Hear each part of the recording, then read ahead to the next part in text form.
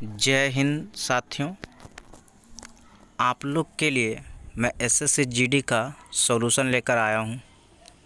ये आपका first practice set है और आप अपनी सफलता को आसानी से कैसे प्राप्त करें आप इसमें ज़रूर सीखेंगे। आपकी सफलता के लिए मैं ये प्रयास कर रहा हूँ और बेहतर प्रयास है कि आप लोग की इस बार सफलता ज़रूर मिल सकती है। आप हमसे जुड़े रहें और वीडियो को सब्सक्राइब कर दें, लाइक कर दें, चैनल को सब्सक्राइब करें और अपने दोस्तों को साथ शेयर भी करें। और क्वेश्चन को तो चुटकियों में बना सकते हैं आप, और आप अपने एग्ज़ाम में हाई से हाई स्कोर कर सकते हैं। तो आइए बिना समय गवाए हम लोग क्वेश्चन को देखते हैं। तो पहला क्वेश्चन आपका है, दिए गए विकल्पों में से विषम शब्द को चुनिए। तो ऑप्शन आपका है टैंक, कुआं, महासागर, झील। तो इसमें से तीन एक जैसे हैं, एक अलग हैं। आपको जो अलग हैं उन्हें चुनना है। तो इसका आंसर हो जाएगा आपका टैंक, क्योंकि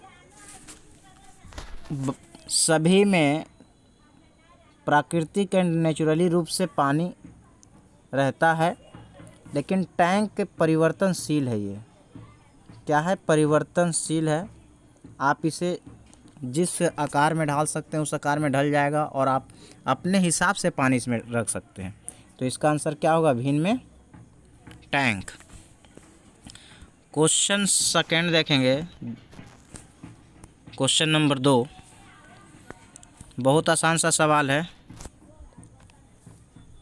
ए अल्फ़ाबेटिकल में ए 1 में आता है, बी 2 में आता है, सी 3 में आता है।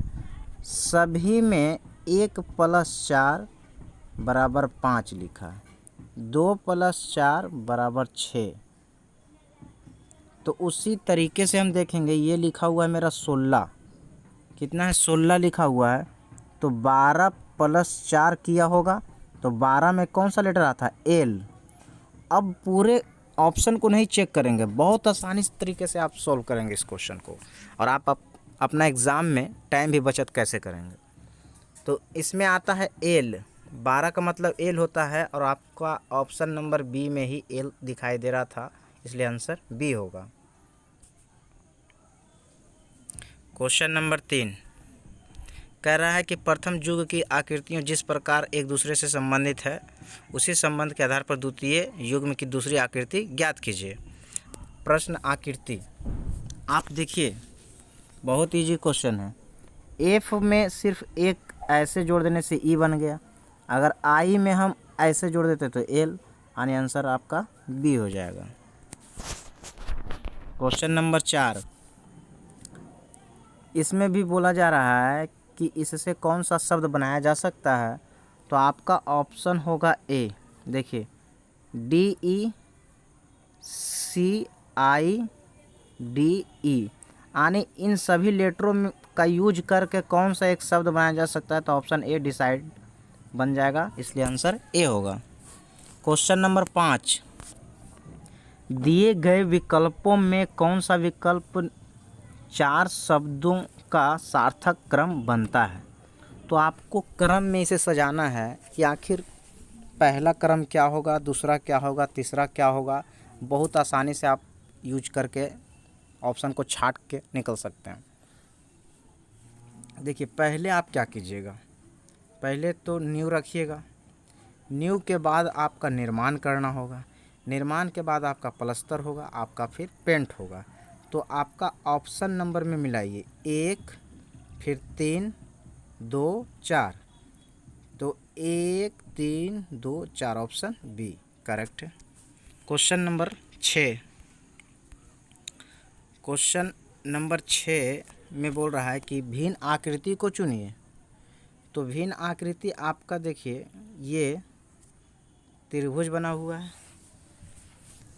ये भी त्रिभुज है। तो इन सभी में कितने लकीर यूज किया हुआ है? 1 2 3 4, 1 2 3 4, फिर 1 2 3 4 5। लेकिन आप देखेंगे कि ऑप्शन नंबर बी और सी, ये सभी, इसमें से डिफरेंट आपका आंसर होगा सी, क्योंकि ये क्या है, एक गोला है या विड्थ है, बट ये सब क्वेश्चन में आपका लाइनिंग करके यूज करके बनाया गया है, इसलिए आंसर सी होगा करेक्ट। क्वेश्चन 7, क्वेश्चन 7 देखेंगे। इसमें सजाने के लिए बोला जा रहा है आपसे कि 6 लड़कियां हैं। पहले आप एक पंक्ति बनाइए, 1 2 3 4 5 6। अब कह रहा है कि बी डी और पी के बीच में है। बी जो है डी और पी के बीच में, डी को आप अगर यहाँ लेते हैं तो पी को आप यहाँ लीजिए, बी को लीजिए, तो पी और डी के बीच में कौन आ गया? बी। फिर कह रहा है ए ना ही पी के बगल में है और ना ही डी के, तो इसके बगल में ए नहीं है, यानी ए यहाँ पे नहीं होगा, ये नहीं होगा यहाँ पे। फिर कह रहा है कि के डी के बगल में नहीं है, के जो है सो डी के बगल में भी नहीं है, तो आने यहाँ पे हम के को बैठा सकते हैं, के यहाँ पे हो जाएगा। उसके बाद ई ए और के बीच में, के बीच में है कौन? ई, तो ए और के, ए अगर यहाँ बैठाते हैं तो ई यहाँ पे बैठ जाएगा, आपका करेक्ट सीक्वेंस है। अब क्वेश्चन कह रहा है कि पी किसके बीच में है? तो पी के और बी के बीच में है, तो के और बी, ऑप्शन नंबर ए, 7 का A answer correct. Question number 8 कह रहा है नीचे क्रम में अंक क्रम ऐसे 7 हैं जिनके ठीक पहले 4 नहीं और लेकिन बाद में 2 है, तो कितने 7 ऐसे हैं जिनके ठीक पहले 4 नहीं? तो देखिए इनके पहले 4 है, यानी ये 7 नहीं होगा। इनके पहले 8 है और बाद में 2 है, यानी ये 7 होगा आपका। इसमें आइए, इनके पहले देखिए 4 है तो नहीं होगा। इनके पहले 5 है और इनके बाद 2 है, यानी ये होगा। इनके पहले 9 है और इनके पहले बाद में 7 है, ये भी 7 नहीं होगा। ये 7 देखिए, इनके पहले 7 है, इनके बाद 2 है, यानी ये 7 होगा। फिर ये 7 देखिए 4 है पहले, तो ये नहीं होगा। तो कितना हो गया? 1 2 3, तो आपका आंसर सी हो जाएगा। क्वेश्चन नंबर 9 में कह रहा है कि अगली आकृति कौन सी होगी? तो अगली आकृति आपकी कौन सी होगी? ऑप्शन बी को आप देखिए, यहाँ पे इस टाइप से बनाया गया, फिर इसको एक और बढ़ाया गया, देखिए यहाँ पे बढ़ाया गया, फिर इसको एक और बढ़ाया गया। अगर फिर हम इसको और एक ऐसे बढ़ाते हैं तो कितना हो जाएगा आपका? 1 2 3 4 5 होना चाहिए। तो देखिए यहाँ पे 1 2 3 4, एक लास्ट वाला 5, और उसके बाद देखिए यहाँ पे 4 बिंदु दिया हुआ है। कितने? 4 बिंदु, 1 बिंदु 2 3 4, तो अगला होना चाहिए 5, क्योंकि यहाँ पे 2 था तो 3 था तो 4 हुआ, तो अब 5 होना चाहिए। ये नीचे वाला बिंदु था तो उसके बाद ऊपर गया, फिर उसके बाद नीचे आया, तो फिर उसके बाद ऊपर जाएगा, तो ऊपर जाएगा तो ऑप्शन डी तो नहीं होगा, ऑप्शन सी नहीं होगा, ऑप्शन ए नहीं होगा, तो option B correct. Question number 10 लुप्त संख्या ढूंढना है। 6 में कितना जोड़ा है? 4 में 6 जोड़ा है तो 10 हुआ। फिर 10 में 12 जोड़ा है तो 22, फिर 22 में 24 जोड़ा है, तो फिर अब आगे कितना जोड़ेंगे आप? 48 जोड़ेंगे, तो आपका आंसर हो जाएगा 10 का डी 94, क्योंकि दुगना किया जा रहा है। 6 दूनी 12, फिर 12 दूनी 24 जोड़ा, 24 दूनी फिर 48 जोड़ेंगे तो 94 होगा, इसलिए आंसर डी करेक्ट है। क्वेश्चन नंबर 11, इसमें भी आपको बोला जा रहा है कि क्वेश्चन मार्क पे क्या होना चाहिए। तो क्वेश्चन नंबर 11 का आंसर होगा ए। देखिए 5, कैसे 5 होगा ये भी देख लीजिए। अगर आप इसमें देखिए 7 का स्क्वायर 49, 9 का स्क्वायर 81, तो यहाँ अगर हम 5 रखेंगे तब ना 5 का स्क्वायर होगा 25, इसलिए ऑप्शन एक करेक्ट है।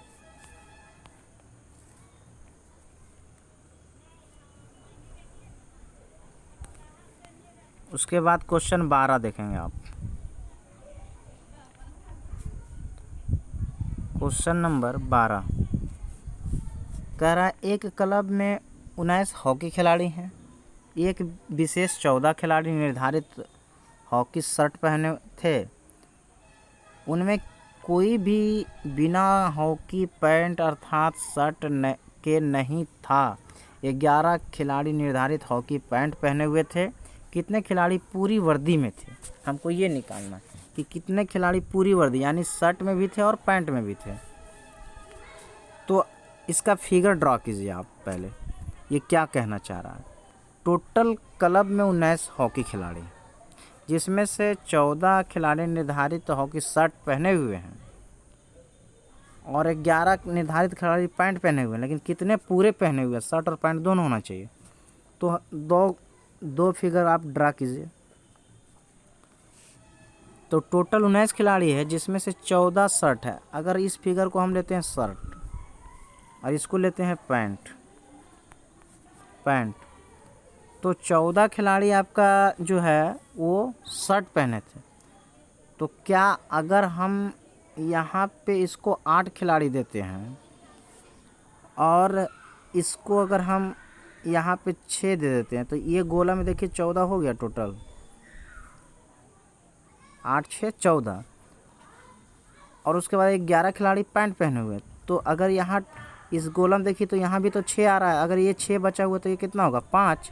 अब टोटल 19 होना चाहिए, तो 8 6 14, 14 5 19, टोटल 19 हो रहा है।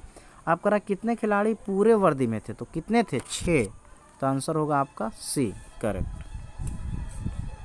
अगर नहीं समझ में आएगा तो आप कमेंट करके फिर से आप हमसे पूछ सकते हैं कि ऐसा टाइप से क्वेश्चन हमें फिर से बताया जाए, तो मैं बहुत आसान तरीके से बताऊंगा इस क्वेश्चन को। आगे की क्वेश्चन कह रहा है कि कागज़ के टुकड़े को प्रश्न आकृति में के अनुसार मोड़कर काटा जाए और उसे खोलने पर वैसा ही वह कैसा दिखेगा, ये हमें पूछा जा रहा है क्वेश्चन में। तो आप देखिए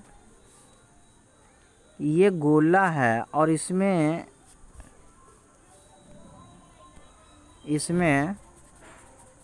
इस गोला में क्या किया है, एक ऐसे लिया गया है, इस टाइप से ऐसे लिया गया है। अगर इस गोला को एक कोना में, क्योंकि गोला का 4 भाग होता है, देखिए 4 भाग, अब एक भाग में इस टाइप से काटा गया आपका, फिर आपको ये निशान बताया जा रहा है कि पहले ऐसे मोड़ा गया था, तो आप इस टाइप से खोलिए। तो जब ऐसे आप खोलते हैं तो क्या होगा कि इस गोला में ये भाग ऊपर ऐसे आएगा, ज़रूर आएगा। तो और फिर इसके बाद फिर पूरा ऐसे खोलिए आप, तो फिर इधर भी तो एक भाग इस टाइप से आएगा और उधर भी तो इस टाइप से एक भाग आएगा। तो ऑप्शन नंबर डी में आपका दिख रहा था, इसलिए 13 का डी होगा, करेक्ट आंसर है। क्वेश्चन नंबर आप 14 देखेंगे। इस टाइप से क्वेश्चन बहुत इजी क्वेश्चन होता है, आप बाय ऑप्शन से इसे बनाने की कोशिश करेंगे, बहुत आसान तरीके से ये क्वेश्चन बनता है। आपसे सिर्फ पूछा जा रहा है कार्ड के लिए समूह पहचान करें। पहला अक्षर है सी, तो इसे आप शुरू से नहीं लास्ट से चेक करें, बहुत आसानी से बनेगा ये क्वेश्चन। लास्ट से आप देखिए कि टी जो है किस में यूज है, जैसे 86 है तो 8 और 6 देखिए, 8 यहाँ है और 6 आपका यहाँ है, तो 8 6 में देखिए टी है, यहाँ पे क्या है, यहाँ पे टी, 8 में इधर यहाँ 8 में यहाँ पे टी और उधर से भी टी 6 में, तो 86 में है। और देखिए 40 में आर होना चाहिए, तो यहाँ पे देखिए 4 और 0 में, हाँ या आर यहाँ पे मिल रहा है मेरा।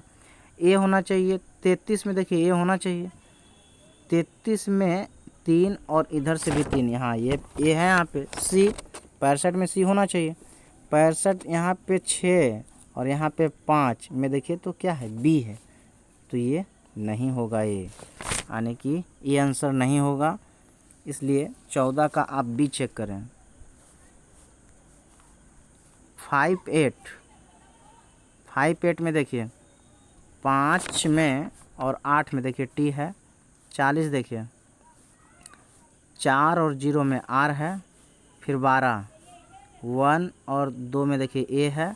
फिर 66 में 6 और 6 में देखिए यहाँ पे सी है, काट लिखा हुआ है, यानी ऑप्शन बी करेक्ट है।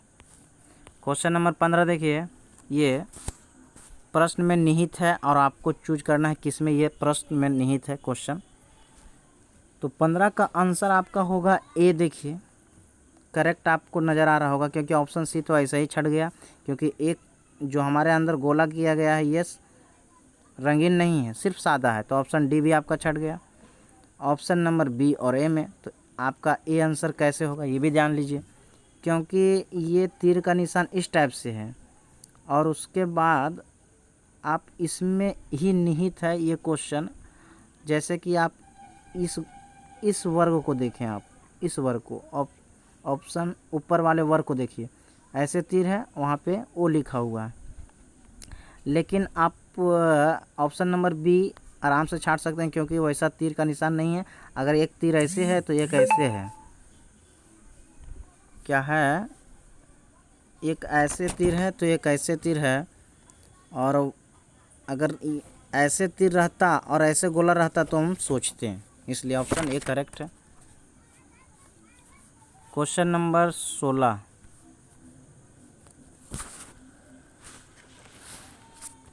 कह रहा है कि ए का अर्थ जोड़, बी का अर्थ घटाना, सी का अर्थ गुना। आप इसको ऑप्शन में रख दीजिए, आसानी से सॉल्यूशन हो जाएगा। सी का अर्थ है गुना, यानी यहाँ पे सी गुना कर दीजिए। ए का अर्थ है जोड़, तो यहाँ पे जोड़ कर दीजिए। बी का अर्थ है घटाना, यहाँ पे घटा दीजिए। डी का अर्थ है भाग करना, यहाँ पे भाग कर दीजिए। इसको सॉल्यूशन आप जब कीजिएगा तो आपका आंसर आएगा 254, यानी ऑप्शन बी करेक्ट।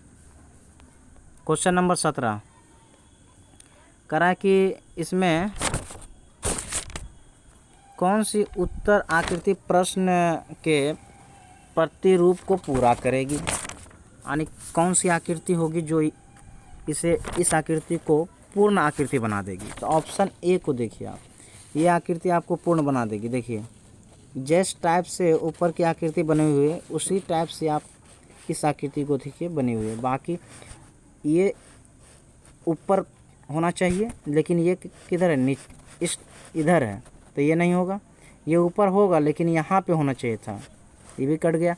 ये तो ऑलरेडी कट गई तो उधर जा रही है। ऑप्शन नंबर ए करेक्ट है। क्वेश्चन 18 देखेंगे, बहुत इजी क्वेश्चन है इस टाइप का क्वेश्चन, और आसानी तरीके से ऐसा क्वेश्चन हम लोग बनाते हैं। इसमें आपसे पूछा जा रहा है कि उस क्षेत्र का पहचान करें जो उन लड़कियों का प्रतिनिधित्व करता है जो सेवारत हैं किंतु अविवाहित हैं।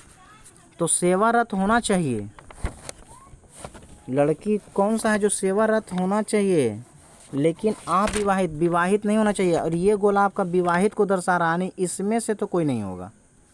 तो सेवारत होना चाहिए और लड़की भी होना चाहिए, क्योंकि लिखा कि लड़की का प्रतिनिधित्व, तो लड़की का प्रतिनिधित्व जो है सेवारत होना चाहिए, लेकिन विवाहित नहीं होना चाहिए, अविवाहित होना चाहिए। तो देखिए, तो ये इस गोला में यहाँ पे 2 लड़की भी को कवर कर रही है और सेवारत को भी कवर कर रही है, इसलिए 2 आंसर ऑप्शन बी करेक्ट है।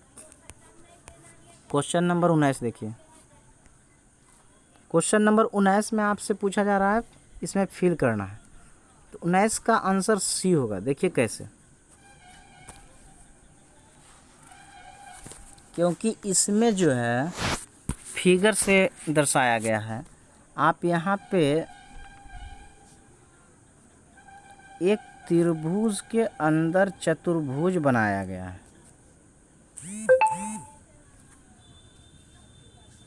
तो यहाँ पे भी ये देखिए एक फिगर यहाँ लिया गया है, इसका जस्ट यहाँ पे लाया गया है, उसके बाद इसमें त्रिभुज बनाया गया। फिर ये इस फिगर को एक यहाँ लिया गया है और इस टाइप से बनाया गया। अब 3 फिगर का जोड़ा बना है, यहाँ एक वर्ग है, यहाँ भी आपका एक वर्ग है, और यहाँ भी आपका एक वर्ग, 3 वर्ग हो गया। 3 गो वृत्त भी है, तो 3 गो त्रिभुज भी आपका होना चाहिए था, जो कि 2 ही है। तो एक त्रिभुज की आप तलाश थी यहाँ पे, तो आपका ऑप्शन में तो त्रिभुज है, लेकिन त्रिभुज में वर्ग होना चाहिए, क्योंकि वर्ग में वृत्त है, वर्ग में वृत्त है, तो त्रिभुज में वर्ग होना चाहिए था। ऑप्शन नंबर सी करेक्ट है। क्वेश्चन नंबर 20 आप देखेंगे। 20 में कह रहा है कि विकल्पों से विषम को चुनिए आप। तो देखिए, chop miss, slight miss, slice miss टुकड़ा होता है, किसी चीज़ का टुकड़ा, रोटी का टुकड़ा, कुछ भी। लेकिन इसका मतलब होता है पंछी की चहचहाहट, पंछी की चहचहाना, इसलिए ये अलग है। ऑप्शन नंबर सी करेक्ट है 20 का। क्वेश्चन नंबर 21 देखेंगे। 7 के कुट भाषा में इतना लिखा गया, 8 को इतना, तो 9 को आपका इसी में टोटल चीज़ मिल जाएगा। 9 के लिए कोड यूज किया 6, तो 6 सब में है।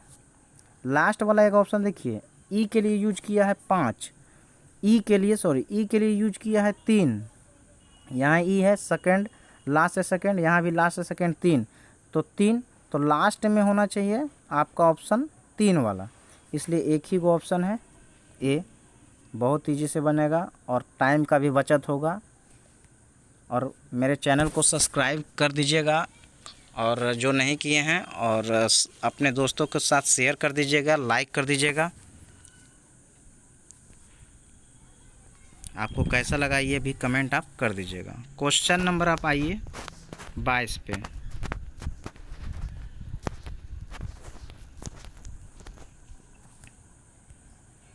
यह आप लोगों की प्रयास के लिए मैं लाया हूँ, जो कि सफलता का बहुत बड़ा मार्ग बन सकता है।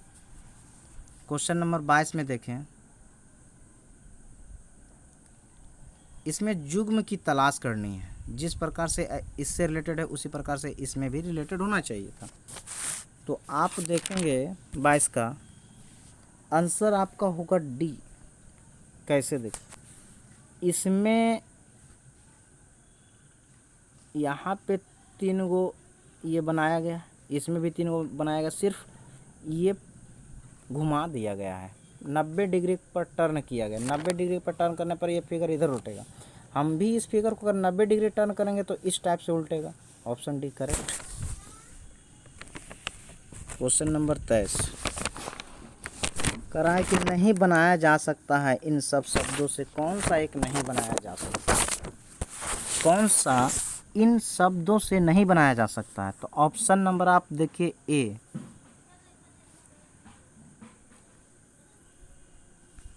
चेंज को नहीं बनाया जा सकता, क्योंकि CHAN फिर जी मिलना चाहिए, जी नहीं है इसमें, इसलिए ए नहीं होगा। क्वेश्चन 24 करा दिए गए शब्दों को क्रम के अनुसार सजाना है, डिक्शनरी शब्द के अनुसार सजाना है। तो पहले आपका कौन शब्द में आई दिया हुआ है, तो आई, उसके बाद IM भी दिया हुआ है, 3 IMP तक मिल रहा है, IMPR। उसके बाद इसमें देखिए O लिखा है, इसमें R है, इसमें A है, इसमें R है। पहले कौन आएगा A, तो पहले ऑप्शन होगा 2 से स्टार्ट, इसलिए 1 और 3 तो कट गया। अब देखिए 2 के बाद 1 लिखा है, 2 के बाद 1 लिखा है, यहाँ तक सेम है, यानी कि हमको अब मिलाना है 4 और 3 में, यही डिफरेंट है। इसी तरीके से आप तेज़ी से बना सकते हैं, 4 और 3 में डिफरेंट देखना है। तो 4 में देखिए IMPR, R तक मिल रहा है, उसके बाद O भी मिल रहा है, O भी मिल रहा है, V भी मिल रहा है, V भी मिल रहा है, लेकिन यहाँ E है, यहाँ पे I है। तो पहले कौन आता है डिक्शनरी में, E पहले आता है, उसके बाद आता है I, तो पहले आपका हो जाएगा 4, तो 4, इसलिए पहले 4 आएगा, उसके बाद 3 होगा। Option number B correct. Question number 25 देखिए, कह रहा है कि जो अन आकृति से भिन्न है उसे चूज करना है। देखिए आपका इसका आंसर हो जाएगा ऑप्शन सी। अब कैसे, ये भी देखिए, इसमें 3 लाइन से बना हुआ है, ये भी 3 लाइन से बना हुआ है, ये भी 3 लाइन से बना, लेकिन इसे देखिए 4 लाइन से, 1 लाइन, 2 लाइन, 3 लाइन और 4 लाइन से, इसलिए ऑप्शन सी करेक्ट है। अब आइए क्वेश्चन नंबर 26 सामान्य ज्ञान से आधारित है, भाग 2 आपका। देखिए 26 में कह रहा है कि 21वें फीफा विश्व कप फुटबॉल 2018 का विजेता टीम कौन सी थी। 2018 में जो टीम जीती थी वो आपका फ्रांस टीम जीती थी। ऑप्शन नंबर बी करेक्ट है, क्योंकि ये करंट अफेयर है और करंट अफेयर आप लोग अच्छे से करके जाएं। उसका भी वीडियो बोलिएगा तो मैं बना दूंगा, आप लोग कमेंट करें। और मैं टोटल 2020 से 21 तक लगभग करंट अफेयर को कवर कर दूंगा, और उससे ज़्यादा जितना मैं बताऊंगा उससे ज़्यादा कुछ भी नहीं आएगा। और आप एग्ज़ाम में अच्छे स्कोर करके आइएगा और आपको करंट पूरा का पूरा क्वेश्चन लड़ जाएगा। चलिए क्वेश्चन नंबर 27 पे आइए। जीएसटी का पूर्ण रूप क्या होता है। इसका मतलब होता है गुड्स एंड सर्विसेज टैक्स। तो ऑप्शन आप देखिए किस में लिखा हुआ है, ए में गुड्स एंड सर्विसेज टैक्स, या सर्विस टैक्स कह सकते हैं या सर्विसेज टैक्स कह सकते हैं। ये जो है जीएसटी लाया गया था 2017 में 1 जुलाई को। कितने?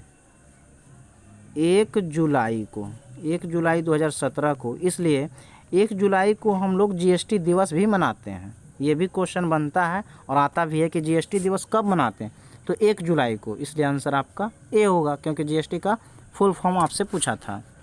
चलिए क्वेश्चन नंबर 28 देखिए।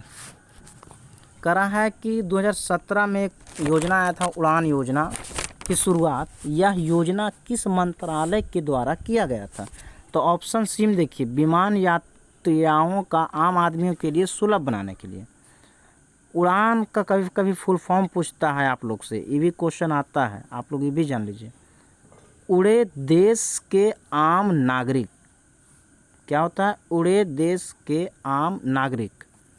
ये क्वेश्चन पूछा हुआ क्वेश्चन है, इसे भी ध्यान रखेंगे। क्वेश्चन नंबर 29 कर भारत के वर्तमान गृह मंत्री हैं। ये बहुत पुराना क्वेश्चन है, आप इस क्वेश्चन को आप हटा दीजिए। वर्तमान में तो आपको पता है गृह मंत्री कौन है, अमित शाह। क्योंकि ये क्वेश्चन एसएससी जीडी का पुराना सेट है और आप लोग इसका आंसर इसमें नहीं है, गलत है ऑप्शन सारा। क्वेश्चन नंबर 30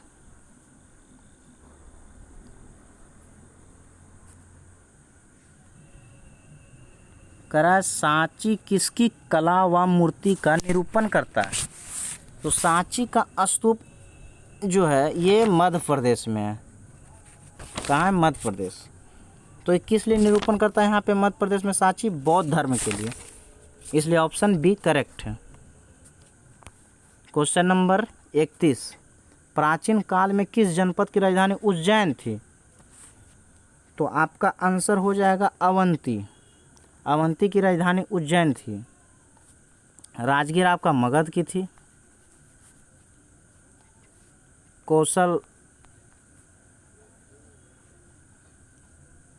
में जो है सो ये जनपद भी यूपी में पड़ता है, कौशल महाजनपद। अवंती भी वहीं पड़ता है, कौशाम्बी में भी वही पड़ता है। क्वेश्चन पूछता है कि श्रावस्ती में महात्मा बुद्ध ने सबसे ज़्यादा प्रथम उपदेश दिए थे। चलिए क्वेश्चन नंबर आप 32 पे आइए। भारतीय संविधान की आत्मा किसे कहा गया। तो भारतीय संविधान की आत्मा ऑप्शन नंबर डी प्रस्तावना को बोला गया। अगर ये क्वेश्चन में लड़का फंस जाता, अगर क्वेश्चन पूछे आपसे अनुच्छेद, तब इसका आंसर होगा 32। अनुच्छेद पूछेगा तो 32, सिर्फ आत्मा भारतीय संविधान की आत्मा पूछेगा तो प्रस्तावना। अनुच्छेद 32 को भीमराव अंबेडकर ने भारतीय संविधान की आत्मा बताया। यानी जनता का अधिकार के बारे में, रक्षा के बारे में इसमें चर्चा की गई। मतलब रक्षा के बारे में बताया गया कि अगर आपका कोई भी अधिकार का हनन होता है तो अनुच्छेद 32 के तहत आप सुप्रीम कोर्ट जा सकते हैं और अनुच्छेद 216 के तहत आप हाई कोर्ट।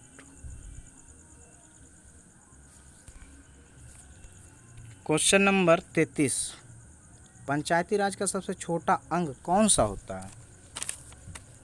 तो आपका आंसर होगा ग्राम पंचायत। हमारे देश में त्रिस्तरीय पंचायती राज है, त्रिस्तरीय है, ग्राम है, प्रखंड पे है और जिला। पंचायती राज व्यवस्था आया था 2 अक्टूबर 1993 को, 92-93, तो 1993 को आया था 2 अक्टूबर। इसलिए पंचायती राज दिवस भी हम लोग 2 अक्टूबर को मनाते हैं। सबसे पहले पंचायती राज व्यवस्था किस राज्य में लागू हुआ था, ये भी क्वेश्चन आता है आपका। तो ये सबसे पहले राजस्थान में लागू हुआ था पंचायती राज व्यवस्था। उसके बाद लागू किया गया था आंध्र प्रदेश में।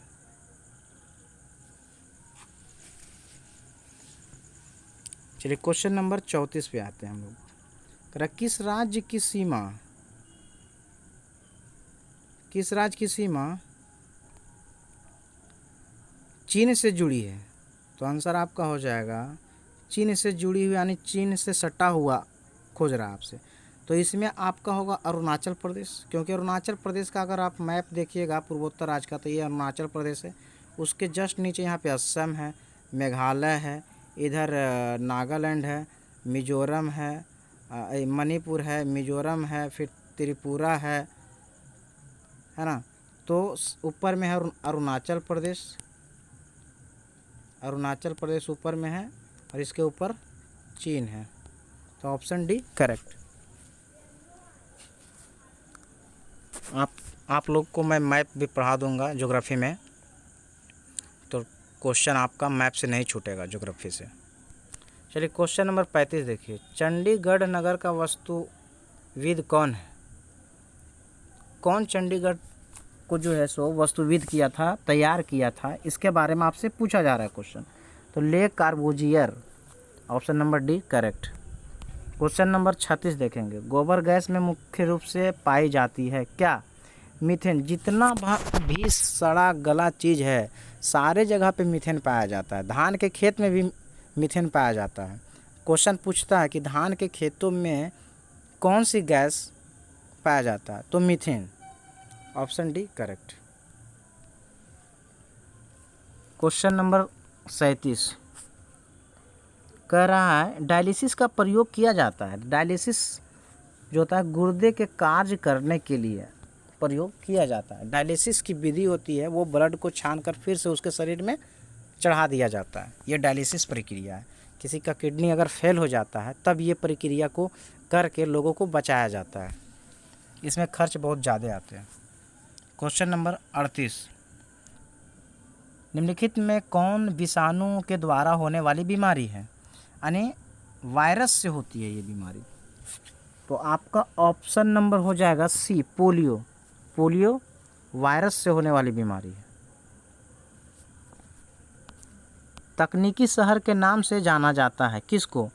यानी टेक्निकल नाम से जाना जाता है। तो आपका आंसर होगा बेंगलुरु को टेक्निकल या सिलिकॉन वैली के नाम आप जान सकते हैं, क्योंकि यहाँ पे चिप वगैरह को बहुत ज़्यादा तैयार भी किया जाता है, इसलिए इस नगर को हम लोग तकनीकी नगर भी बोलते हैं, बेंगलुरु को। क्वेश्चन नंबर 40, सार्क की स्थापना कब हुई? सार्क की स्थापना कब हुई? तो आपका आंसर होगा 1985 में। सार्क में कितने देश आते हैं, ये भी क्वेश्चन आपसे पूछा जाता है। तो 8 देश आते हैं। कौन कौन? तो आता है मालदीव, श्रीलंका, भारत, पाकिस्तान, नेपाल, भूटान, बांग्लादेश। 1 2 3 4 5 6 7 मालदीव, श्रीलंका, भारत, पाकिस्तान, अफ़गानिस्तान, एक तो छूट गया हमसे, अफ़गानिस्तान। 8 गो, यही 8 देश आते हैं सार्क में। इनकी स्थापना 1985 में हुई थी, इसलिए option D correct. Question number 41, Bharat का प्रसिद्ध मुगल गार्डन कहाँ स्थित है? आपसे मुगल गार्डन पूछा जा रहा है कि ये कहाँ पे स्थित है, तो ऑप्शन नंबर सी, दिल्ली में स्थित राष्ट्रपति भवन को ही मुगल गार्डन बोल। राष्ट्रपति भवन के जस्ट पीछे एक गार्डन है जहाँ पे बहुत लगभग 1200 प्रकार या 1300 प्रकार के फूल पौधे लगे हुए हैं। ये जनवरी से फरवरी माह में ये खुलती है जनता के लिए। आप लोग भी घूम सकते हैं दिल्ली में मुगल गार्डन। ये सिर्फ जनता के लिए फरवरी माह में ही खुलता है। इसमें जो है सो राष्ट्रपति घूमते हैं सुबह शाम, उनके लिए स्पेशल है ये गार्डन, इसलिए दिल्ली में स्थित राष्ट्रपति भवन में है मुगल गार्डन। क्वेश्चन नंबर 42,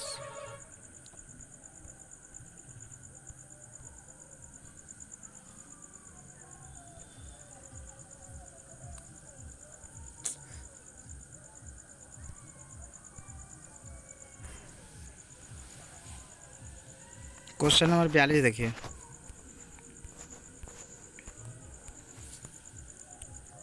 कह रहा है कि किस वर्ष में जापान के शहर हिरोशिमा पर बम गिराया गया था? तो हिरोशिमा पर गिराया और नागासाकी दोनों पर 1945 में ही गिराया गया था। डेट सिर्फ यही है। हिरोशिमा 6 अप्रैल, नागासाकी 9, सॉरी, हिरोशिमा पर 6 अगस्त और 9 अगस्त। नागासाकी इसको याद रखिएगा, ना से नागा, ना से 9 अगस्त। बाकी एक तो आपका ऐसे याद रह जाएगी 6 अगस्त को। क्वेश्चन नंबर 43, ओजोन परत हमारी हानिकारक से रक्षा करती है किससे? परावैंगनी विकिरण से। Option number B correct. Question number 44, NITI आयोग के अध्यक्ष कौन होते हैं? तो नीति आयोग के जो अध्यक्ष होते हैं वो हमारे प्रधानमंत्री ही होते हैं।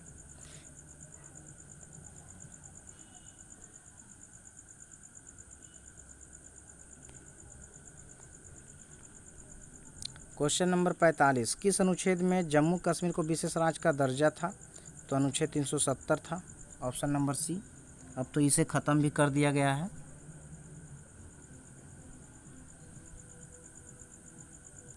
क्वेश्चन 46, हाइग्रोमीटर का उपयोग क्या मापने में किया जाता है? तो आर्द्रता। हाइग्रो का मतलब ये होता है आर्द्रता, नमी। हाइग्रो का अर्थ ही होता है नमी या आर्द्रता, इसलिए ऑप्शन ए करेक्ट है। फीफा कप किस खेल से संबंधित है?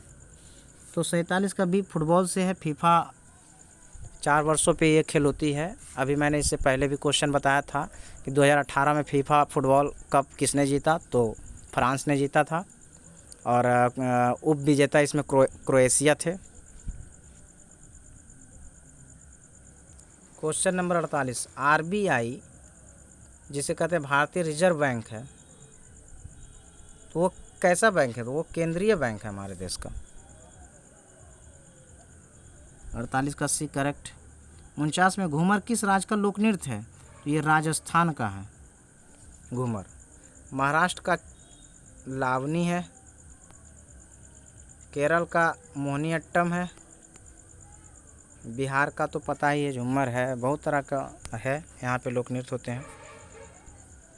क्वेश्चन नंबर 50 देखिए, करा मनुष्य के शरीर में हड्डियों की कुल संख्या कितनी होती है? तो नॉर्मली 206 होते हैं, उससे पहले 208 होते हैं, लेकिन वो जांघ की हड्डी जो है सो जुड़ जाती है 2, इसलिए 208 नहीं होगा, 206। बच्चों में तो लगभग 300 होते हैं, बच्चों में 300 हड्डियाँ होती हैं।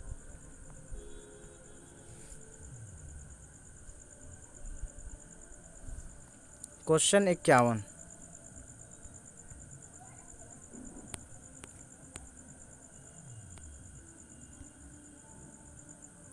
अब आपका क्वेश्चन मैथ का क्वेश्चन है, बहुत आसान तरीके से बनाइए, फूंक मारिए उड़ जाएगा क्वेश्चन मैथ का।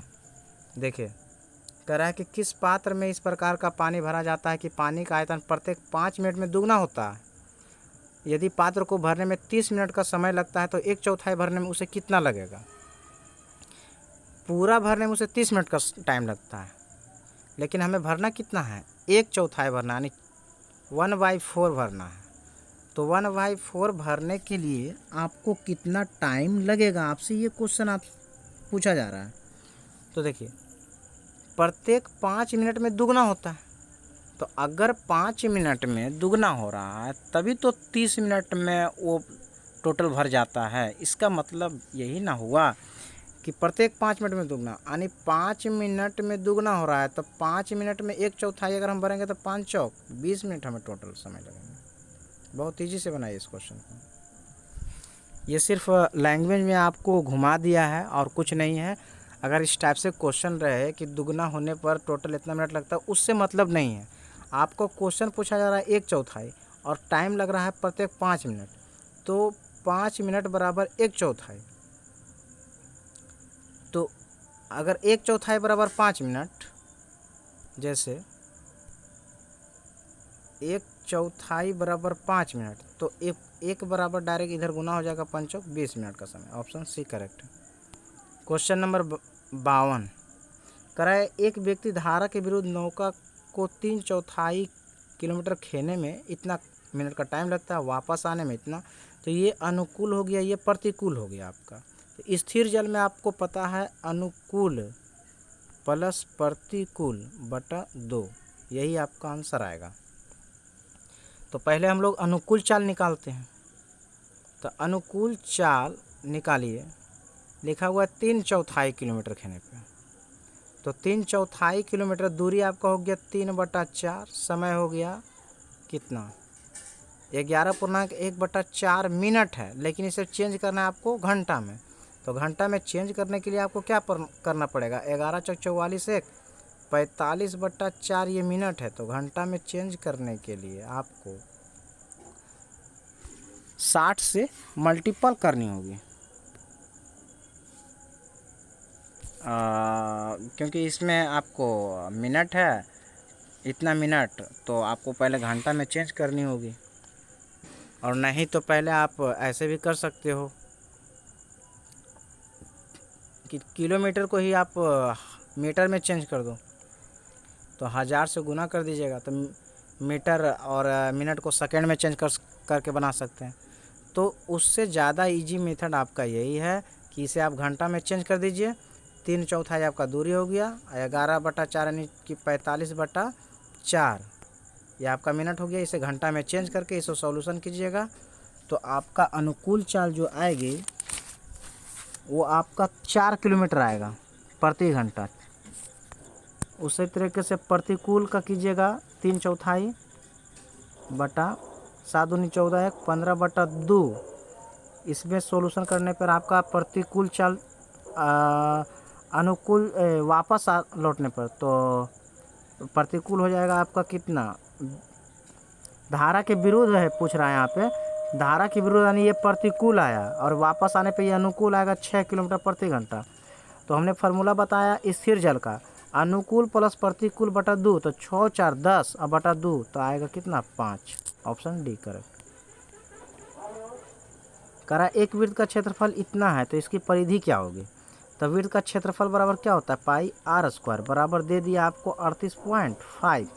तो आर स्क्वायर बराबर हो जाएगा कितना 38.5 बटा पाई, पाई का मतलब 22/7, 7 ऊपर चल जाएगा। जब आर आप निकालिएगा तो आएगा आपका आर 7/2 आएगा। तो आपसे परिधि पूछा है, तो परिधि बराबर क्या होता है 2πr। तो 2 गुने पाई का मतलब 22/7 और गुने आर बराबर निकाले हम लोग 7/2 सोल्यूशन करने से। 7 7 कट जाएगा, 2 2 कट जाएगा, आपका बच जाएगा 22। इसलिए आंसर सी 53 का।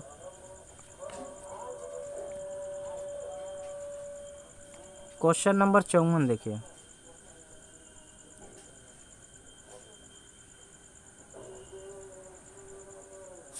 करा एक घन के आयतन का उस गोले जो घन में पूर्णतः फिट किया जा सकेगा अनुपात पूछा जा रहा है।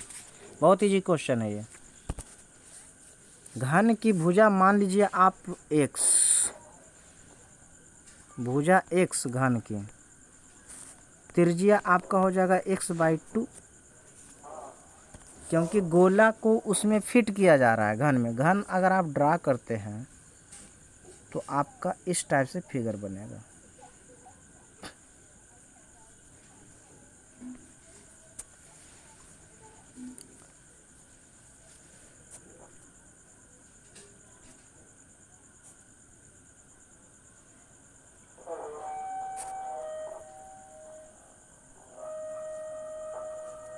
ये हुआ घन का फिगर। अब घन के आयतन को उस गोले जो घन में पूर्णतः फिट किया जा सकेगा, तो अब इसमें गोला को फिट करना है। अगर x इसका ले लेते हैं तो त्रिज्या आपका होगा x/2 होगा, क्योंकि ये देखिए अगर ये टोटल x भुजा है तो ये तो आधा नहीं हो रहा है यहाँ पे, क्योंकि अगर फिगर ड्रा करते हैं तो ये हो जाएगा यहाँ पे इसका रेडियस टोटल व्यास हो जाएगा, तो इस भुजा का तो ये आधा पे जा रहा है। इसलिए क्योंकि ये भी आप भुजा देखते हैं तो भी इसका आप आधा लीजिएगा, तो त्रिज्या तो x होगा, टोटल x है, भुजा टोटल x है, तो त्रिज्या क्या होगा x/2। अब आपसे रेशियो पूछा जा रहा है, बस फॉर्मूला पे आप बैठा दीजिए रेशियो के लिए।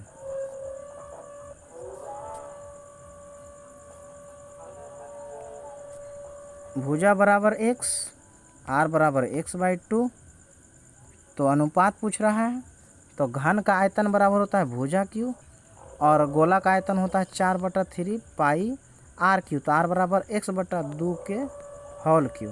जब इसे सॉल्व करेंगे तो आपका आंसर आएगा 6:पाई, जो ऑप्शन नंबर सी में है। क्वेश्चन नंबर 55, ये इक्वेशन है और आपका ये करा x² - 1 से विभाज्य है, तो a और b का मान निकालें। तो x² - 1 बराबर 0, तो x बराबर +-1 होगा, यानी x बराबर एक बार 1 लीजिए और x बराबर एक बार -1 लीजिए और इस इक्वेशन को आप सॉल्यूशन दीजिए। x बराबर 1 लेने पे इक्वेशन आपका आएगा 2a + b बराबर -6 और x बराबर -1 लेने पे -2a + b -2 इक्वेशन 1 इक्वेशन 2। अब 1 और 2 को सॉल्यूशन करने पर a बराबर आएगा आपका -1 और b बराबर -4 आएगा। a बराबर -1, b बराबर -4 आएगा। तो देखिए ऑप्शन नंबर में ऑप्शन नंबर बी -1 और -4 है, इसलिए 55 का बी होगा। क्वेश्चन नंबर 56 देखिए क्या किया है। 3 + 2 कीजिए 5, फिर 5 × 2 10, 5 + 4 कीजिए 9, 9 × 2 18, 6 और 5 11, 11 दूनी 22, 7 और 6 13, 13 दूनी 26, ऑप्शन बी करेक्ट। ये बहुत इजी क्वेश्चन है दोस्त। देखिए 41 49 जोड़िए 90 आना चाहिए, तो उसका मान 1 होता है, वो चाहे tan में रहे या cot में। ट्रिकी से 41 49 मिला के 90 यानी 1 हो गया, 42 48 मिला के 90 1 हो गया, 43 और 47 90 1, 44 और 46 90 1 और cot 45 का मान 1 ही होता है, तो 1 × 1 करते रहिए, आपका आंसर 1 ही आएगा।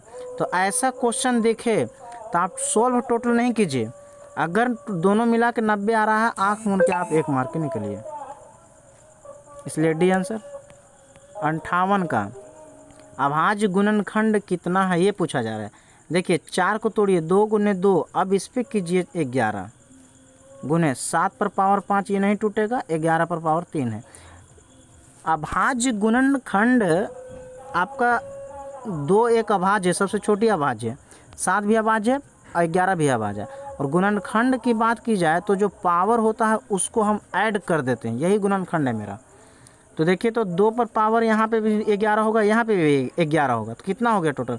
11 11 22 प्लस 5, 7 पर 5 है प्लस 11 पे 3 है, तो 22 5 27 3 आपका कितना हो गया? 22 11 और 11 22 और 5 27 और 3 30 होगा। Option number C correct. Question number 59 ये आपका वर्गमूल का क्वेश्चन है। इसमें वर्गमूल पूछा जा रहा है। इसका वर्गमूल लगभग आपका जो है वो आएगा 41.12 आएगा। इनमें से कोई नहीं है, ऑप्शन नंबर डी।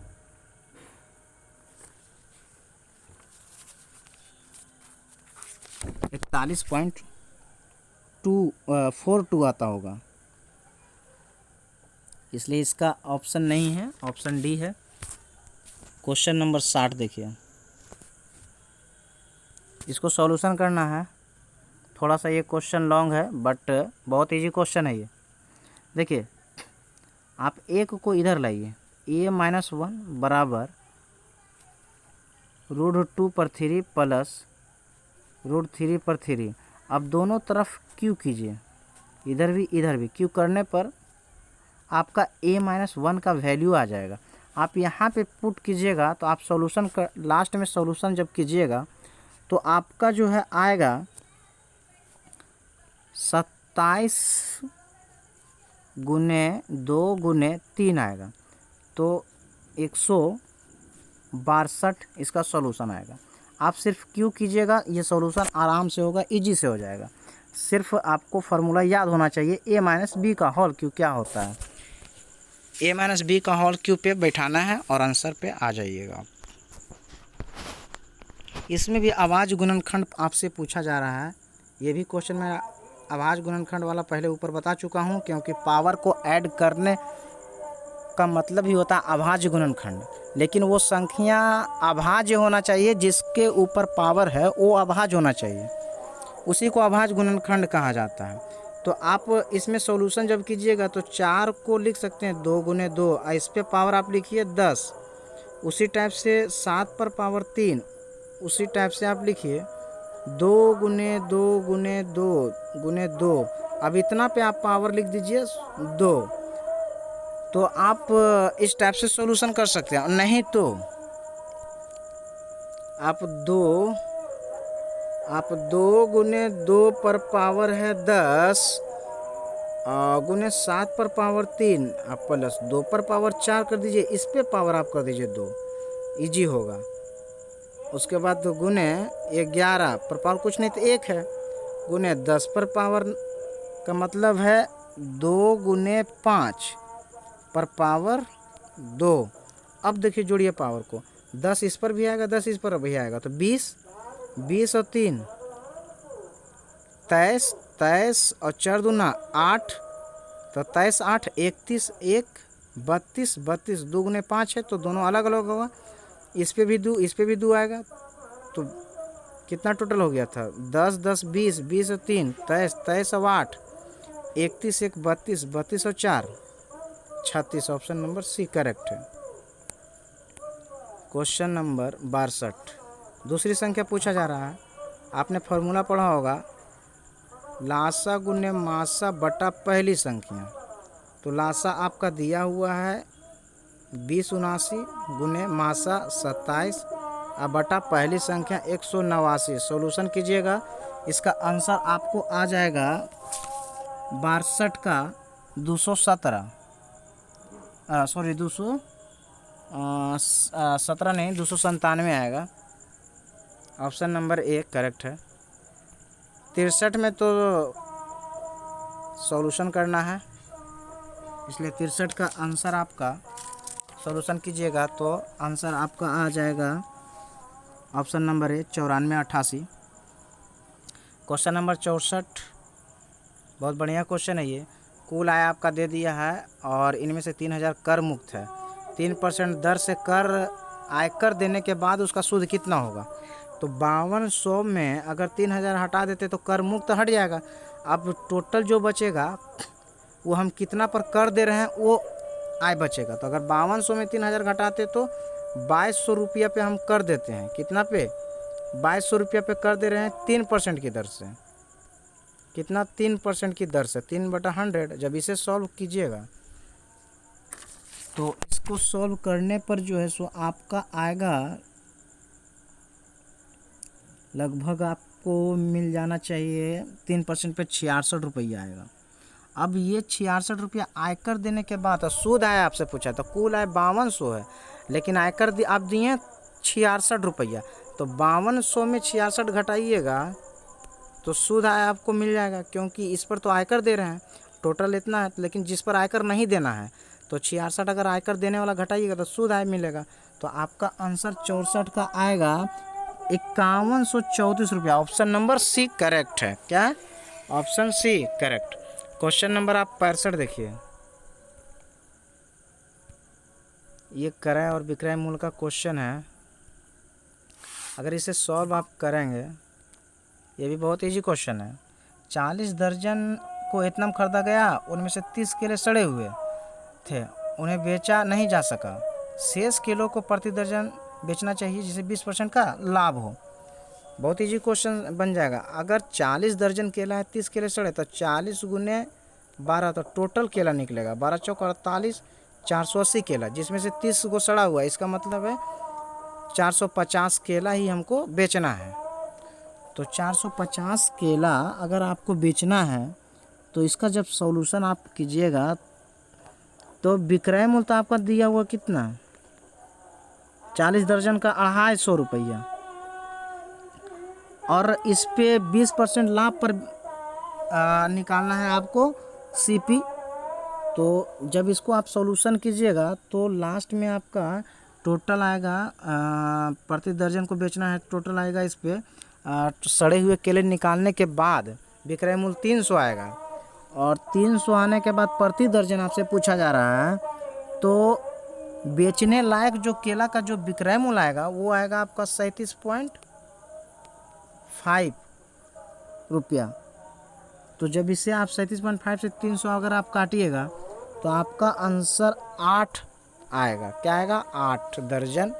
शेष प्रति दर्जन को कितना बेचना चाहिए? 8 रुपये के हिसाब से उसको बेचना पड़ेगा। Option D correct. Question number 66 देखिए।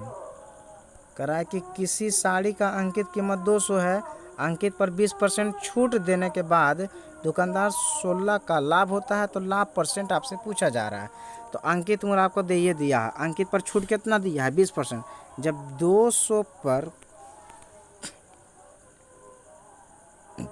200 का 20% आप छूट दीजिएगा तो 20 दूना 40 रुपया अगर आप छूट देते हैं तो इसका मतलब है 160 पर ही बेचे हैं आप। अंकित 200 है लेकिन 20% छूट दिए तो 40 रुपया यानी छूट दिए, तो 160 पर ही आप वस्तु को क्या किए हैं? दुकानदार साड़ी को बेचा है। उसके बाद दुकानदार को 16 का लाभ भी होता है। अब देखिए, लाभ 16 रुपया का हुआ, फिर भी 16 रुपया का लाभ हुआ, यानी सीपी कितना था उसका? 160 प्लस 16 बराबर 176 रुपया उसका क्रय मूल्य होगा, तभी ना 176 क्रय मूल्य होगा और 160 में बेचेगा। सॉरी घट जाएगा। 160 माइनस 16 घटना चाहिए, वो तो हानि हो जाएगा। फिर 160 माइनस 16 तो 154 रुपया आएगा। कितना? 160 में से 16 को घटा दीजिए तो 144 आएगा।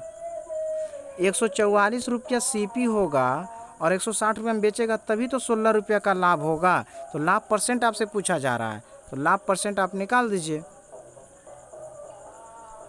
16 बटा 144 गुने 100।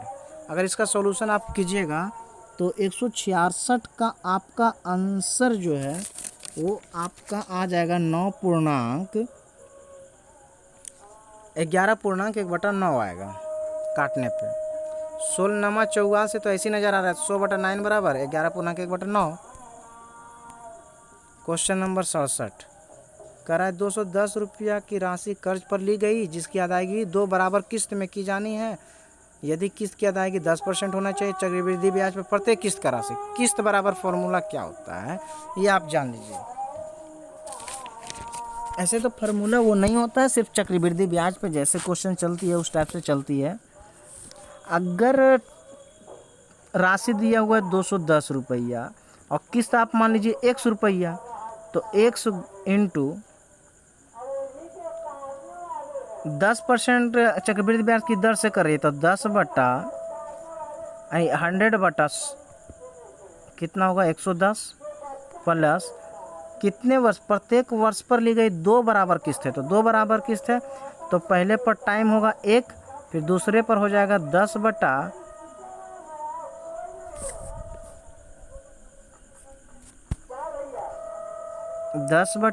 11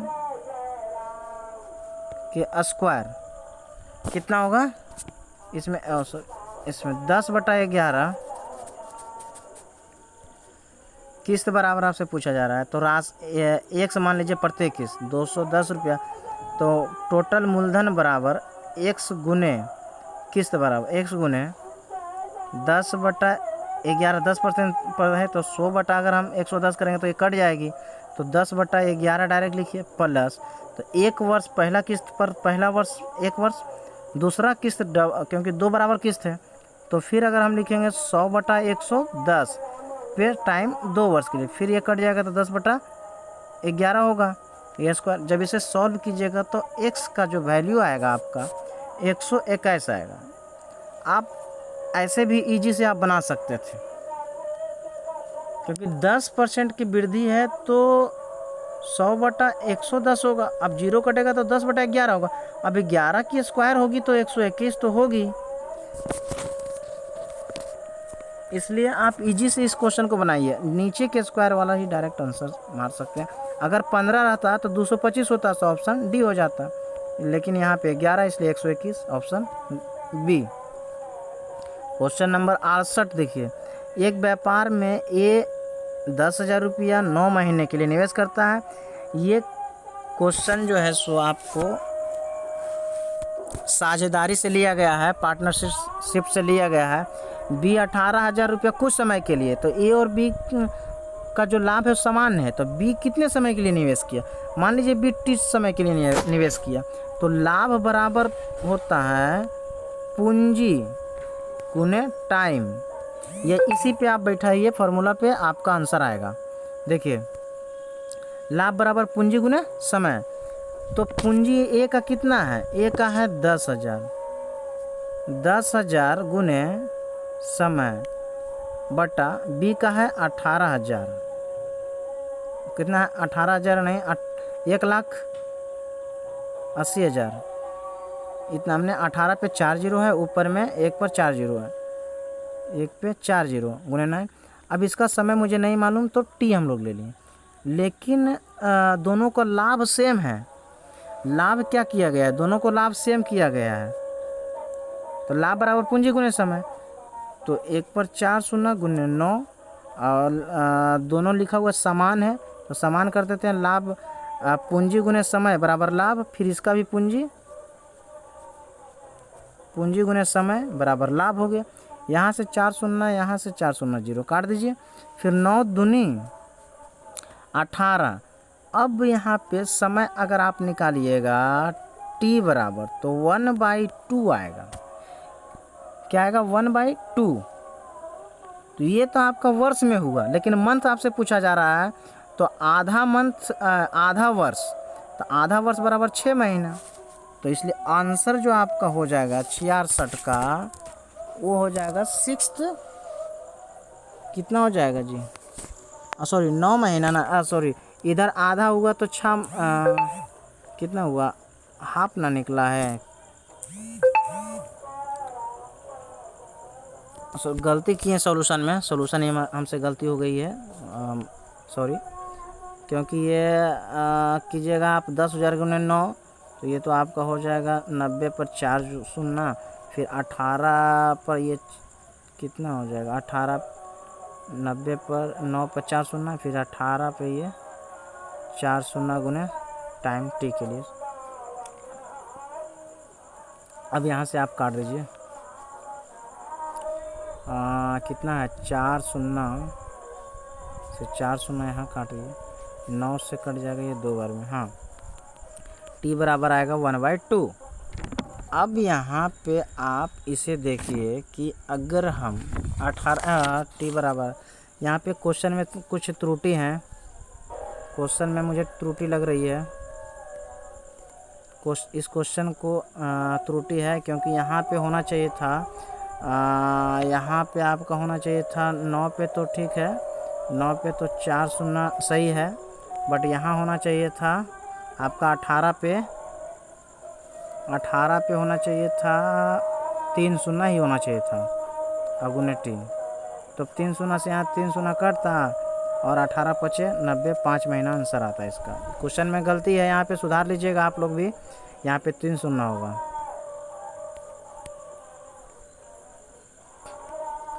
क्वेश्चन नंबर 69 देखिए, ए बी से 2 वर्ष बड़ा है। क्या है? ए बी से 2 वर्ष बड़ा है, जो सी की तुलना में दुगनी आयु का है। ए बी और सी की आयु का जो दिया हुआ था, बी का आयु पूछा। मान लीजिए सी बराबर x वर्ष का है, तो बी क्या होगा? बी जो होगा वो 2x होगा, क्योंकि दुगना है। जो किसके लिए दर्शाया जाता है? जो जिसके नज़दीकी होता है, तो नज़दीकी में बी है, तो बी के लिए आया जो शब्द। तो सी से की तुलना में दुगना कौन है? वो बी है। तो अगर सी एक्स लेते हैं तो बी 2x होगा। अब ए बराबर क्या होगा?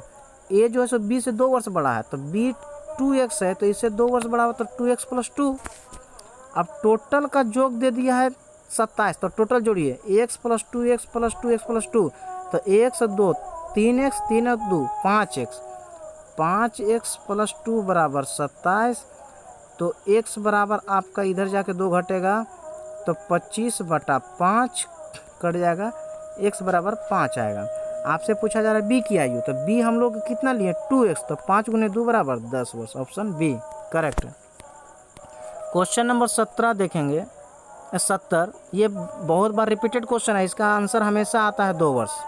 देखिए, 5 सदस्य के एक परिवार की औसत आयु 3 वर्ष है। 3 वर्ष पूर्व 17 वर्ष थी, तो 3 वर्ष पूर्व ना करके हम वर्तमान लाते हैं पहले, तो 17 3 20, 20 25, टोटल योग हो गया कितना? 100। अब परिवार में एक बच्चा का जन्म हुआ, किंतु परिवार की औसत आयु आज भी उतना ही है, यानी औसत आयु आज भी वही है जो 3 वर्ष पहले थी, तो आज भी 17 वर्ष ही है। लेकिन एक बच्चा का जन्म हुआ तो कितना सदस्य हुआ? 6, तो 17 छक्का 2 तल से 102। अब देखिए तो कितना वर्ष का डिफरेंट हुआ, यानी 2, यानी 2 वर्ष का वो बच्चा था। क्वेश्चन नंबर 71,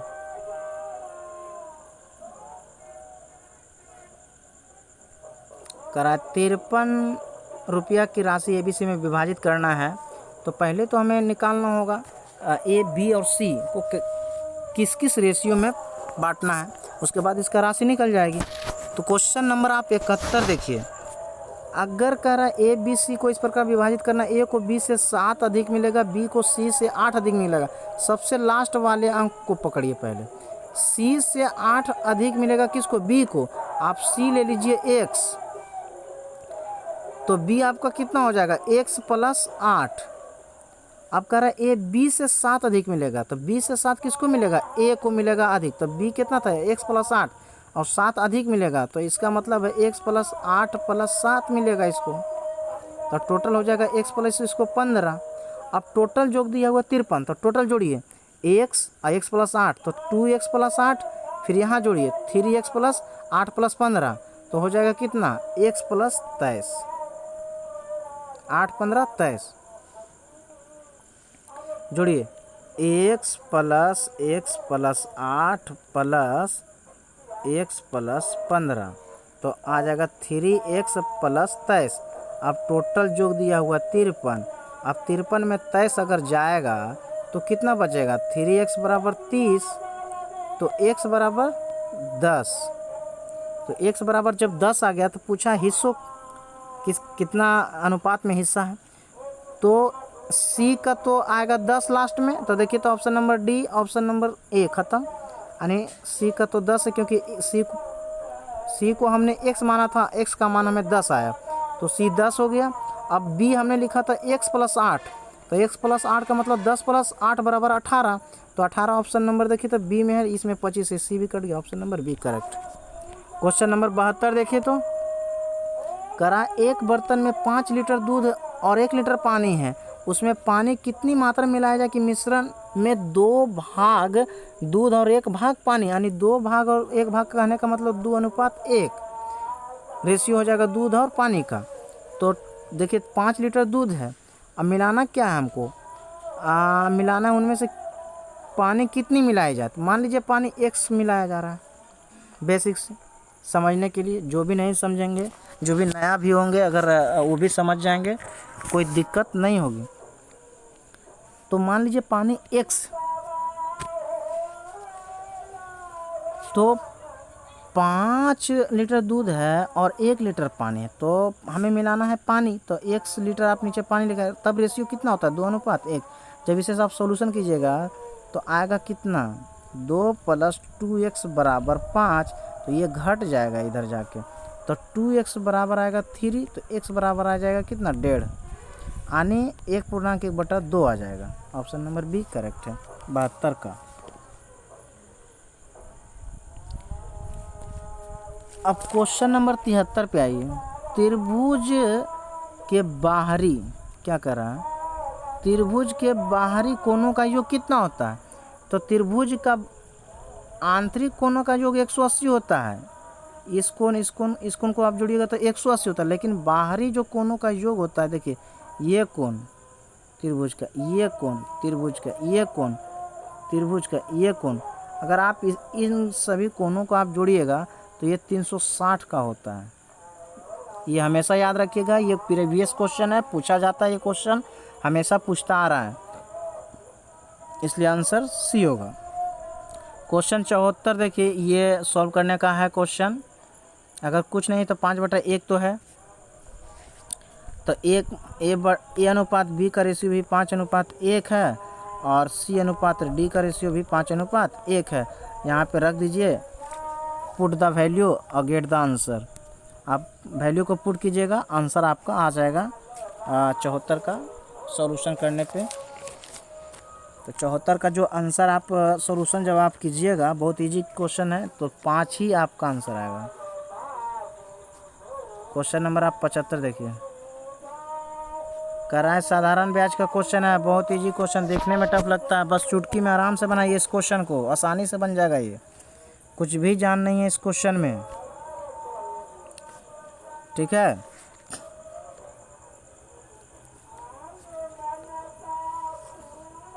करा कि साधारण ब्याज पर कोई राशि 16 वर्ष में दुगने हो जाती है, तो कितने वर्ष में, तो आपने पढ़ा होगा कि T1/T2 बराबर N2 - 1/N1 - 1,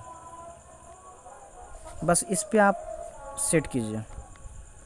देखिए T1 क्या दिया हुआ है 16 वर्ष बटा T2 मुझे पता करना है कितने वर्ष में, और N2 आपको लेना है यहाँ 3 गुना N1 2 तो 3 गुना -1 करेंगे तो 2, और 2 गुना -1 करेंगे तो 1 आएगा। जब इसे आप काटिएगा तो 8 आएगा, तो T बराबर सॉरी फार्मूला क्या था, फार्मूला आप देखिए एक बार लिख लीजिए, फार्मूला T1/T2 बराबर N1 - 1/N2 - 1, ये फार्मूला आपका होता है। अब इस पर आप रखिए, आसानी से आपका आएगा। देखिए T1 के जगह पे आपको कितना वर्ष दिया हुआ है 16 वर्ष, T2 नहीं मालूम है, रहने दीजिए। N1 कितना 2 गुना है, तो 2 - 1 कीजिएगा तो 1 आएगा, बटा N2 कितना है 3 गुना, तो 3 - 1 कीजिएगा तो 2 आएगा। अब देखिए तो T2 इधर चल जाएगा, और 16 दूनी 32 हो जाएगा आपका, तो T2 बराबर 32 वर्ष। 75 का आपका आंसर हो जाएगा कितना, ऑप्शन नंबर सी 32 वर्ष हो जाएगा, ठीक है। चलिए आपका मैथ भी समाप्त हो गया है। आप अगला भाग है हिंदी। हिंदी का देख लीजिए सॉल्यूशन क्या है। कह रहा है कि इसमें से अनेक शब्दों के बदले एक शब्द यूज करना है। जो सब कुछ जानता है, तो जो सब कुछ जानता है उसे क्या कहते हैं? सर्वज्ञ बोला जाता है उस व्यक्ति को। तो सर्वज्ञ ऑप्शन नंबर ए होगा 76 का। जानने की जो इच्छा रखता है तो उसे क्या कहते हैं हम लोग? कि वो बहुत जानने का इच्छुक आदमी, मतलब उसके अंदर जिज्ञासा जगा हुआ है किसी चीज़ को सीखने के लिए, जानने के लिए। तो ऑप्शन नंबर सी होगा 77 का। 78 देखिए, कह रहा है मृत्यु को जीतने वाला, तो उसे क्या कहते हैं? मृत्युंजय। जैसे भगवान शिव, भगवान शिव को मृत्युंजय भी बोला जाता है, क्योंकि वो विष जब पिए थे तो वो मृत्यु को ही जीत लिए थे, इसलिए मृत्युंजय बोला जाता है, जो कंठ पे नीले हो गए। 78 का आपका आंसर हो जाएगा ए। 79 नंबर क्वेश्चन देखिए,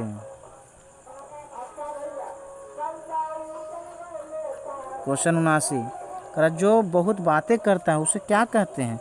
तो जो बहुत बातें करता है उसे हम लोग वाचाल बोलते हैं, मतलब बहुत ज़्यादा वो बोलता है।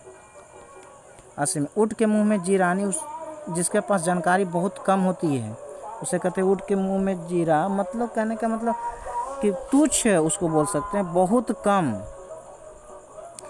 ये मुहावरा है, बहुत कम होता है ऊँट के मुंह में जीरा, मतलब बहुत अधिक खाने वाले को बहुत कम देना, मतलब वो बहुत खाता। अब ऊँट बहुत सारा खाना खाता, अब उसके मुंह में एक छोटा सा कोई चीज़ डाल दिया जाए तो उस पर कोई इफेक्ट नहीं पड़ने वाला है, इसलिए ऑप्शन नंबर ए करेक्ट है। जूते चाटना नहीं कहता है कि आप फिल्म में भी देखे होंगे, जो गुंडे लोग होते हैं उनका जूता चाटता है, उनके नीचे जो होते हैं। तो जूते चाटना इसका मतलब होता है कि आप किसी को खुशामद कर रहे हैं। अकल पर पत्थर पड़ जाना, मतलब कि नहीं कहता, जब कोई चीज़ आदमी का दिमाग अगर काम नहीं करने लगता ना तो कहता कि इसके अकल पर ही, दिमाग पे ही पत्थर पड़ गया, मतलब उसका माइंड नहीं काम कर रहा है कि वो क्या करे नहीं करे। तो इसका आंसर आपका हो जाएगा मूर्ख बन जाना। कहीं पे अवसर का लाभ उठाना मतलब होता है कि बहती गंगा में हाथ धो डालना। जिसने कोई चीज़ का ऑफर आया, अवसर आया और उसमें आप क्या किए, आप भी जो है सो उस ऑफर का लाभ उठा लिया, यानी बहती गंगा में आप हाथ धो डालें। अगला है क्वेश्चन, आप देखिए 84, कह रहा है कि रीति अनुसार शब्द का संधि विच्छेद करें। तो 84 का ऑप्शन नंबर 1 में उसका संधि विच्छेद करेक्ट लिखा हुआ है। ये आपको हिंदी व्याकरण में पढ़ना पड़ता है। रीति प्लस अनुसार बराबर रीति अनुसार। क्वेश्चन नंबर 85 देखिए, 85 का आंसर होगा बी। कह रहा है कि शुद्ध वाक्य का चयन करें, वह कौन सा शब्द वाक्य शुद्ध लिखा हुआ। तो ऑप्शन नंबर बी देखिए, शुद्ध लिखा हुआ वह एक विदुषी महिला थी। ठीक है। क्वेश्चन नंबर 86 देखिए, इसमें भी आपसे वही शुद्ध करने के लिए पूछा जा रहा है कि कौन सा वाक्य शुद्ध है। तो 86 का और सारे ऑप्शन को देखिए आप, यहाँ पे 2 ऑप्शन है, देखिए ऑप्शन, इसका आंसर होगा ए, वह प्रमाण सहित अपनी बात बताएगा। ये करेक्ट वाक्य है लिखा हुआ। क्वेश्चन नंबर आप 87 को देखें,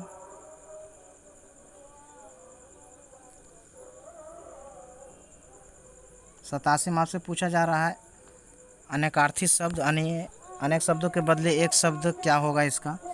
तो 87 का आंसर हो जाएगा आपका परमत स्वेच्छाचारी, उसे हम लोग कहते हैं उन्मत्त। 88 में देखिए कनक धतूरा, इसका होगा सोना। 89 में देखिए क्या कर रहा है, 89 से 90 के बीच आपको जो है सो इसमें कह रहा है कि 89 और 90 के वाक्यों में से कुछ में त्रुटियां हैं। त्रुटि वाले वाक्य के जिस भाग में त्रुटि हो, मतलब जैसे आप इंग्लिश वाले ग्रामर में एरर पकड़ते हैं, एरर को बनाते हैं, उसी तरह से इसमें भी आपको एरर को पकड़ना है, किस भाग में आपका एरर दिया हुआ है। तो 89 क्वेश्चन पढ़िए आप, मुझे कल 2 किलो लीची खरीदने हैं, कोई त्रुटि नहीं, यानी कि कोई एरर नहीं है यहाँ पे। किस में एरर है ये खोजना। तो क्या देखिए, तो मुझे कल यहाँ तक ठीक है, 2 किलो लीची खरीदना है, ये होना चाहिए था ऑप्शन नंबर सी 89 का। 90 का देखिए, अपने अपने किताबें बस्ते में डाल दो। फिर ये लिखा हुआ है कि कोई त्रुटि नहीं है, तो कहाँ पे त्रुटि है आपको ढूंढना है। तो देखिए, अपने अपने किताबें नहीं, अपना अपना किताब बस्ते में डालो, या अपने अपने किताबों होना चाहिए था, ये भी वाक्य सही। अगर किताबों लिखता तब सही था, ऑप्शन नंबर ये होगा 90 का। 91 का देखिए, माता जी को आप क्या कहते हैं। अगर आपने माता जी को क्या कहते हैं, माता जी को सादर प्रणाम कहते हैं, या माता जी को प्रणाम बोलते हैं। अगर कॉल भी आती है घर से तो पर भी आप इस शब्द का यूज करते हैं कि प्रणाम माँ, इस टाइप से यूज करते हैं। तो ऑप्शन नंबर इसका हो जाएगा 91 का सी। 92 का देखिए, कह रहा है कि ऐसा व्यक्ति जिसके आने का दिन और समय पहले से निश्चित नहीं होता है, मतलब उसके बारे में हमको नहीं पता है कि कब आएगा और किस टाइम आएगा। तो अगर दिन भी फिक्स नहीं है और समय भी फिक्स नहीं है, तो उस व्यक्ति को हम लोग जो है सो क्या बोलते हैं, ये कहा जा रहा है। तो अभक्त नहीं बोला जाता है, गणमान्य नहीं बोला जाता है, इसको अतिथि बोलते हैं हम लोग, कि हमारे घर पे अतिथि आया, क्योंकि वो बता के नहीं आते, कभी भी आ जाते हैं। पीताम्बर शब्द का समास है, कौन सा है, मतलब पीताम्बर कौन सा समास से है। तो आपको व्याकरण में पढ़ना होता है समास से, संधि विच्छेद ये सभी को पढ़ना होता है। तो ऑप्शन नंबर इसका डी होगा, बहुव्रीहि समास है। पीताम्बर हो गया, दिगंबर हो गया, ये इस टाइप का शब्द बहुव्रीहि समास है। और भी इसके कुछ रूल्स होते हैं, वो ग्रामर हिंदी व्याकरण में पढ़ना पड़ता है। आप लोग व्याकरण पे ध्यान दें, क्योंकि ये 25 नंबर का है क्वेश्चन हिंदी। अब बहुत आसानी से ये क्वेश्चन बन जाती है। 94 नंबर क्वेश्चन करा कि सरचंद्र का सही संधि विच्छेद कौन सा है। तो 94 का सी में लिखा हुआ सही संधि विच्छेद किया गया, शरत प्लस चंद्र। आभूषण का पर्यायवाची नहीं है, कौन सा नहीं है। तो आभूषण का पर्यायवाची ऑप्शन नंबर डी हार नहीं है, बाकी विभूषण, अलंकार, भूषण ये आभूषण का पर्यायवाची शब्द है, ऑप्शन नंबर डी होगा।